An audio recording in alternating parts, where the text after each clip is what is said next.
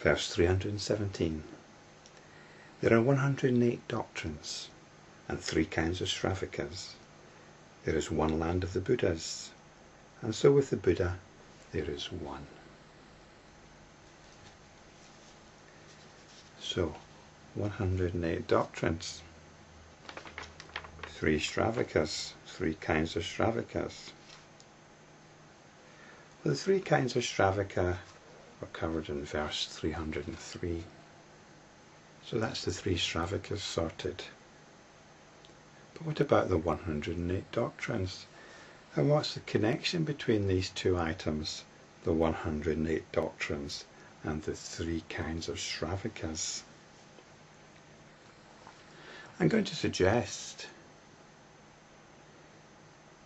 that the 3 kinds of Sravaka are 3 different responses to the 108 doctrines.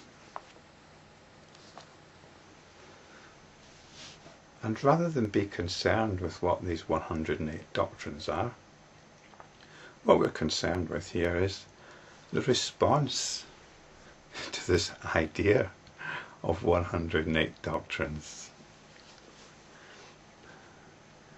I don't think there's any list of these doctrines. And why 108?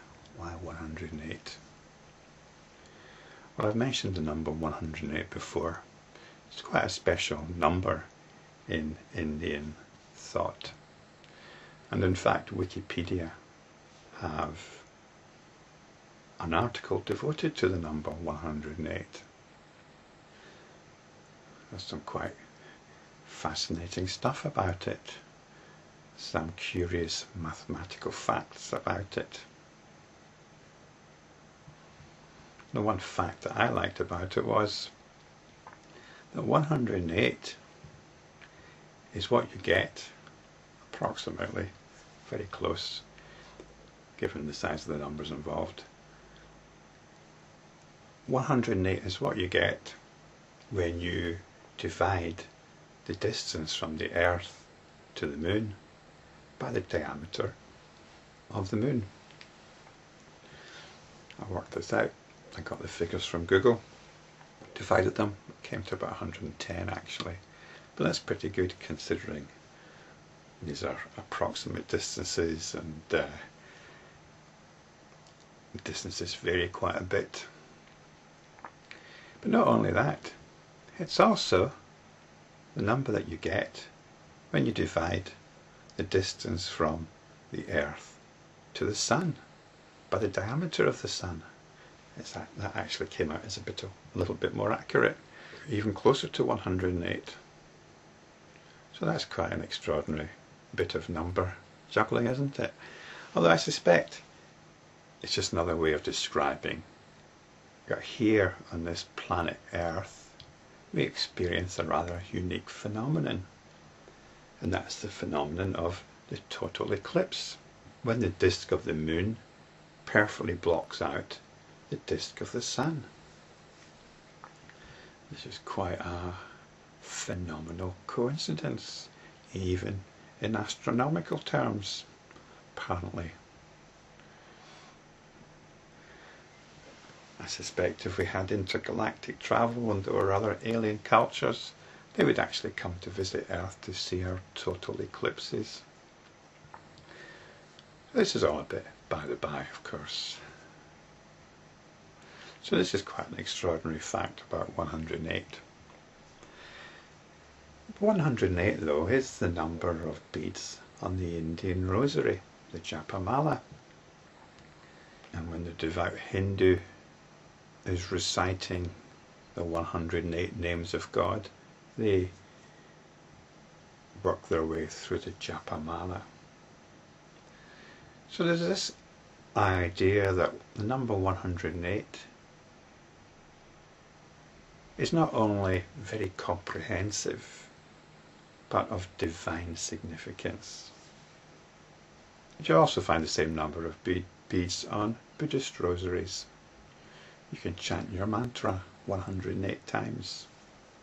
Apparently there are 108 books of the teachings in a particular Tibetan canon.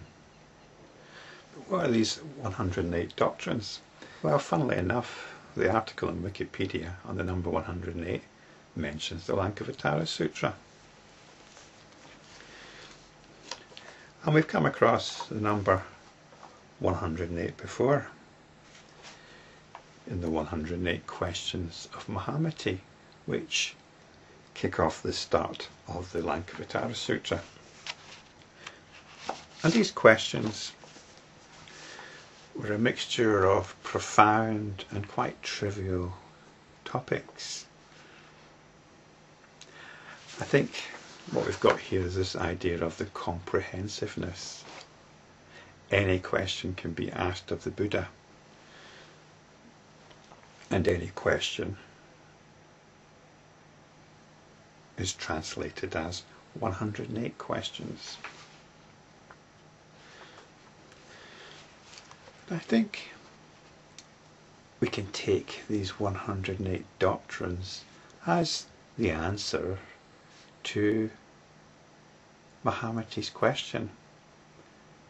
It's the only other time 108 appears in the Lankavatara Sutra.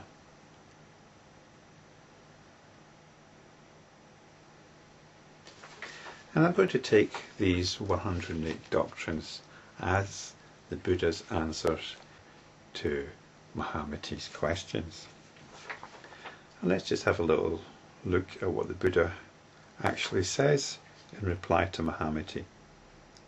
So this is in section 3 of chapter 2 of Professor Suzuki's translation. I will instruct you as regards realization and its teaching. Listen to me intently. I will give you an explanation of the statements, O son. Listen to me in regard to the 108 statements as recounted by the Buddhas. At that moment, Mahamati, the Bodhisattva Mahasattva, said to the Blessed One, what is meant by the 108 statements? The Blessed One said, a statement concerning birth is no statement concerning birth. A statement concerning eternity is no statement concerning eternity. And Professor Suzuki truncates this a little bit and just lists the topics which are thus negated. The characteristic marks: abiding and changing, moment, self-nature, emptiness, annihilation, mind, the middle, permanence, causation, cause, the passions, desire, means, contrivance, purity, inference, illustration, a disciple, a master, a family, the triple vehicle, imagelessness, vows, the triple circle, form, dual, and so on.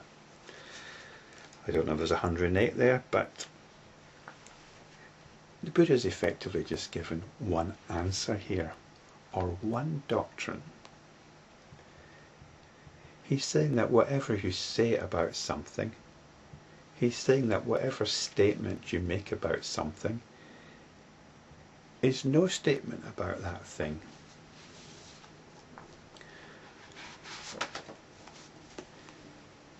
This, once again, is the work of the Enlightenment practitioner.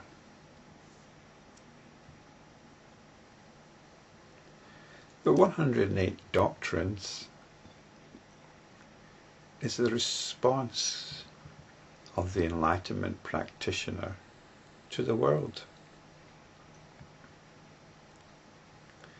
We ask a question to get information, to get knowledge, understanding, power. When we ask such a question, it doesn't matter what it's about, whether it's about spiritual path, whether it's about scientific issues, philosophical issues, social issues, family issues. It's all about the attention being directed out there. And when the Buddha denies any statement about things out there, he's saying, I'm not getting sucked into that game.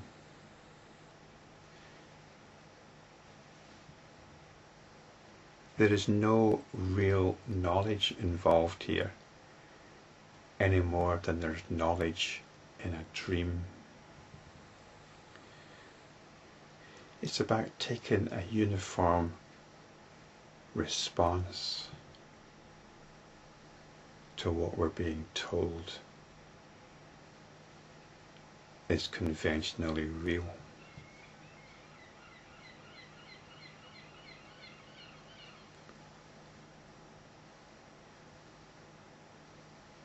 We are not buying in to the game.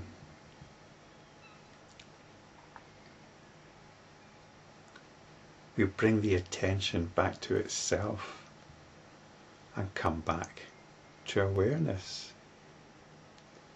So this is the response of the enlightenment practitioner. This is the response that the Buddha's given. It's the response of one of the kinds of Sravaka described in verse 303. The Sravaka disengaged from greed and anger and born of the Dharma. The other two Sravakas, in response to the 108 doctrines, well, one type of Sravaka might think, the holy doctrines, I'll make a list of them and recite them on my japamala and find some mystical inspiration in that, perhaps. The other kind of Sravaka, this is a Sravaka that would want to compile the list, a bit like an academic. What are these 108 doctrines? What are they called? Let's make a list of them. Let's study them. So these are two kinds of Sravakas. The third response, and perhaps you had it yourself, is, I don't want to know about this. I don't want to know about these 108 doctrines. And I think that's, in effect, the response of the Buddha. This is the response of the third type of Sravaka. Come back to your sense of being.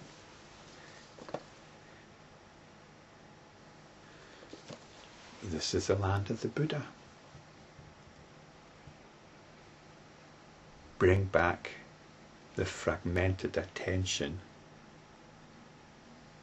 to realization of its own Buddha nature, the one Buddha.